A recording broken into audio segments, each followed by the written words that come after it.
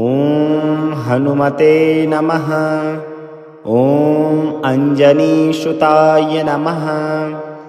ॐ वायुपुत्राय नमः। ॐ महाबलाय नमः।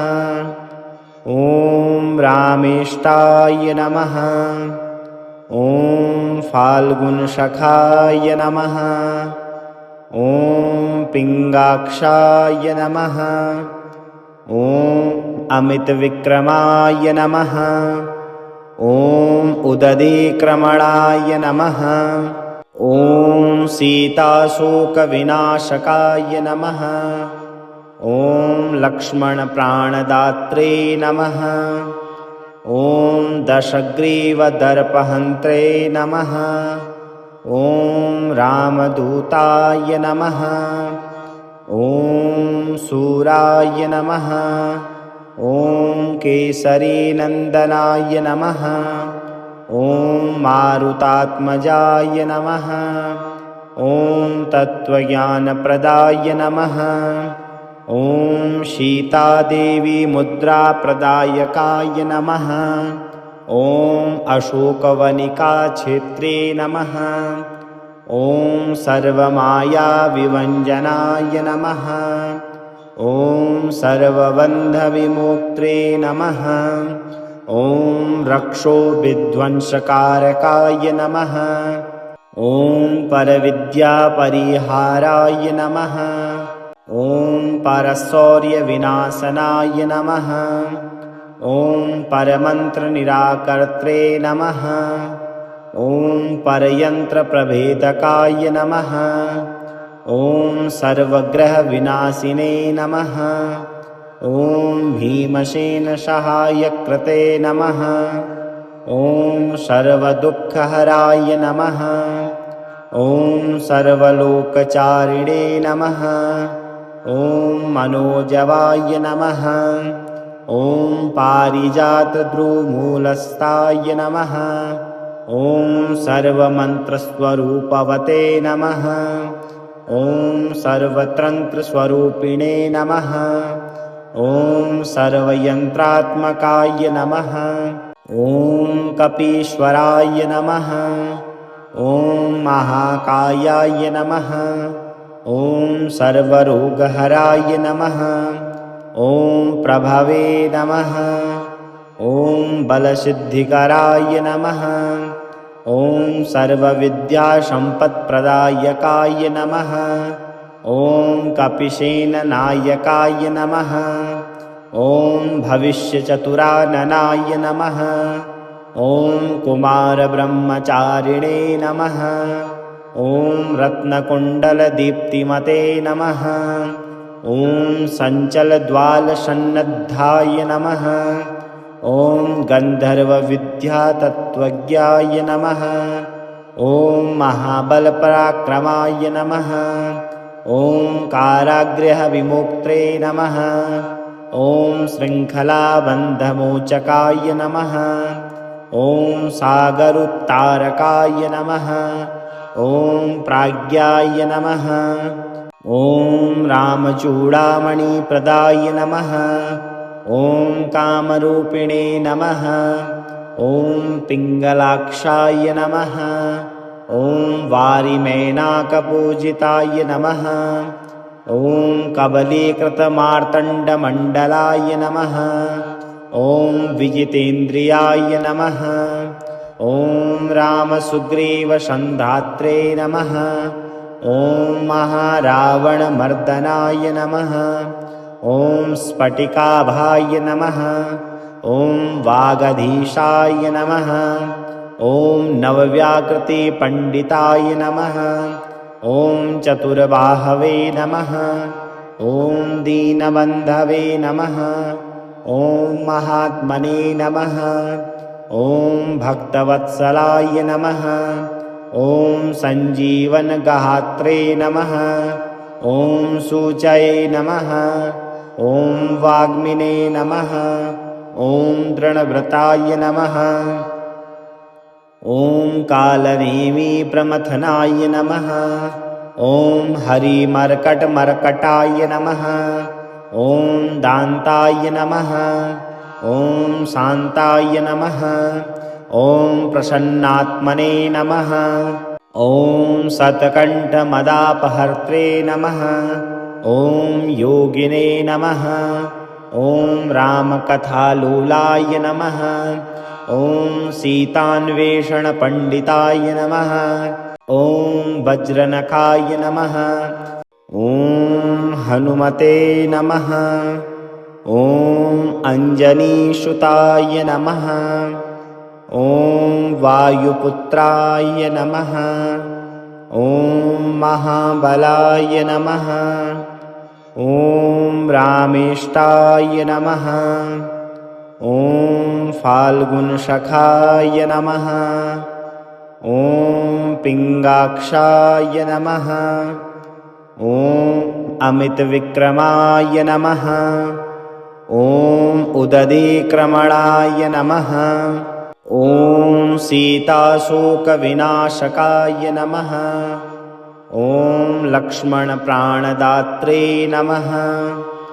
ॐ दशग्रीवदर्पहन्त्रे नमः। ॐ रामदूताय नमः। ॐ शूराय नमः।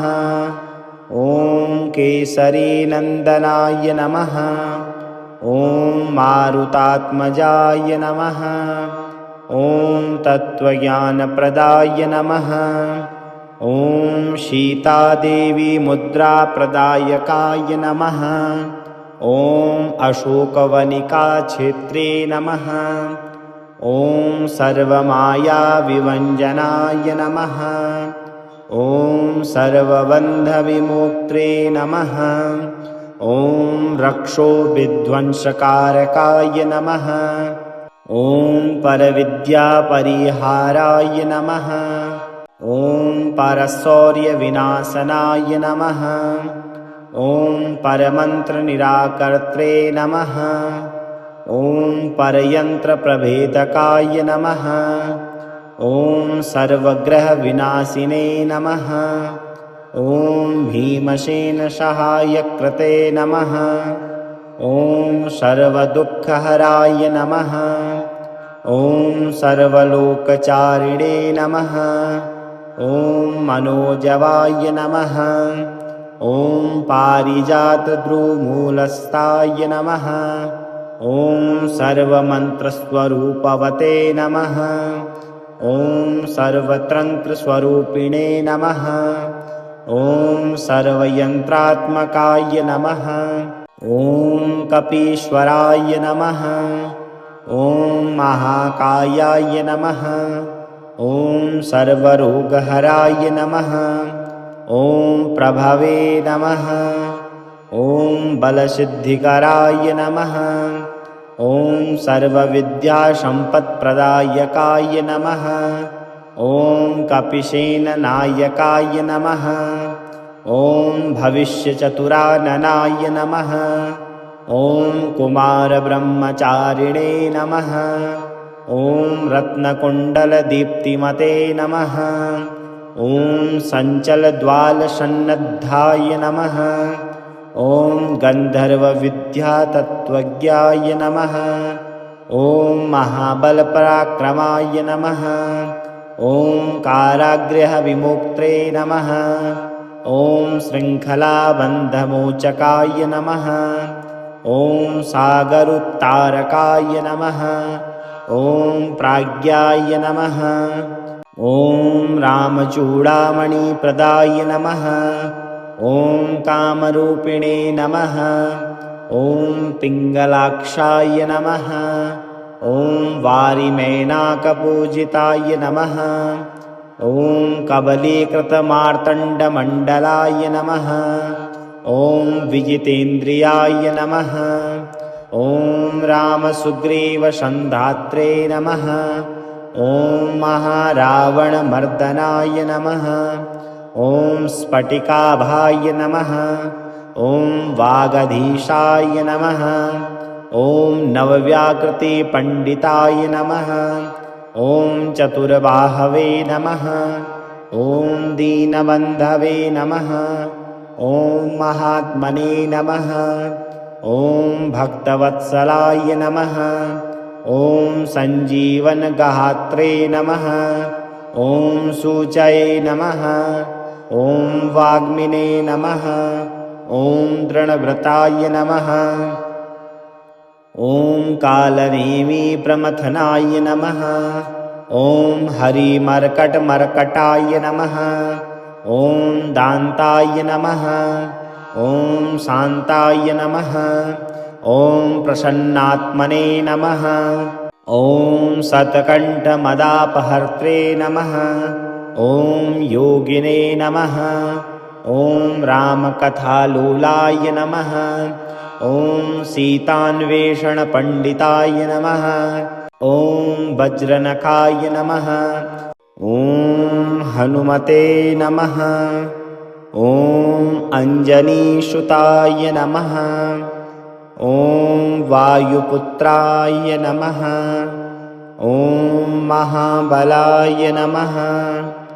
ॐ रामेष्टाय नमः। ॐ फाल्गुनसखाय नमः। ॐ पिङ्गाक्षाय नमः। ॐ अमितविक्रमाय नमः। ॐ उदधीक्रमणाय नमः। ॐ सीताशोकविनाशकाय नमः। ॐ लक्ष्मणप्राणदात्रे नमः। ॐ दशग्रीवदर्पहन्त्रे नमः। ॐ रामदूताय नमः। ॐ शूराय नमः। ॐ केसरीनन्दनाय नमः। ॐ मारुतात्मजाय नमः। ॐ तत्त्वज्ञानप्रदाय नमः। ॐ सीतादेवी मुद्राप्रदायकाय नमः। ॐ अशोकवनिकाक्षेत्रे नमः। ॐ सर्वमायाविभञ्जनाय नमः। ॐ सर्वबन्धविमोक्त्रे नमः। ॐ रक्षोविध्वंसकारकाय नमः। ॐ परविद्यापरिहाराय नमः। ॐ परशौर्यविनाशनाय नमः। ॐ परमन्त्रनिराकर्त्रे नमः। ॐ परयन्त्रप्रभेदकाय नमः। ॐ सर्वग्रहविनाशिने नमः। ॐ भीमसेनसहायकृते नमः। ॐ सर्वदुःखहराय नमः। ॐ सर्वलोकचारिणे नमः। ॐ मनोजवाय नमः। ॐ पारिजातद्रुमूलस्थाय नमः। ॐ सर्वमन्त्रस्वरूपवते नमः। ॐ सर्वतन्त्रस्वरूपिणे नमः। ॐ सर्वयन्त्रात्मकाय नमः। ॐ कपीश्वराय नमः। ॐ महाकायाय नमः। ॐ सर्वरोगहराय नमः। ॐ प्रभवे नमः। ॐ बलसिद्धिकराय नमः। ॐ सर्वविद्यासम्पत्प्रदायकाय नमः। ॐ कपिसेननायकाय नमः। ॐ भविष्यचतुराननाय नमः। ॐ कुमारब्रह्मचारिणे नमः। ॐ रत्नकुण्डलदीप्तिमते नमः। ॐ सञ्चलद्वालसन्नद्धाय नमः। ॐ गन्धर्वविद्यातत्त्वज्ञाय नमः। ॐ महाबलपराक्रमाय नमः। ॐ कारागृहविमुक्त्रे नमः। ॐ शृङ्खलाबन्धमोचकाय नमः। ॐ सागरोत्तारकाय नमः। ॐ प्राज्ञाय नमः। ॐ रामचूडामणिप्रदाय नमः। ॐ कामरूपिणे नमः। ॐ पिङ्गलाक्षाय नमः। ॐ वारिमेनाकपूजिताय नमः। ॐ कबलीकृतमार्तण्डमण्डलाय नमः। ॐ विजितेन्द्रियाय नमः। ॐ रामसुग्रीवसन्धात्रे नमः। ॐ महारावणमर्दनाय नमः। ॐ स्फटिकाभाय नमः। ॐ वागधीशाय नमः। ॐ नवव्याकृतिपण्डिताय नमः। ॐ चतुर्बाहवे नमः। ॐ दीनबन्धवे नमः। ॐ महात्मने नमः। ॐ भक्तवत्सलाय नमः। ॐ सञ्जीवनगात्रे नमः। ॐ सूचये नमः। ॐ वाग्मिने नमः। ॐ दृढव्रताय नमः। ॐ कालनेमिप्रमथनाय नमः। ॐ हरिमर्कटमर्कटाय नमः। ॐ दान्ताय नमः। ॐ शान्ताय नमः। ॐ प्रसन्नात्मने नमः। ॐ शतकण्ठमदापहर्त्रे नमः। ॐ योगिने नमः। ॐ रामकथालोलाय नमः। ॐ सीतान्वेषणपण्डिताय नमः। ॐ वज्रनखाय नमः।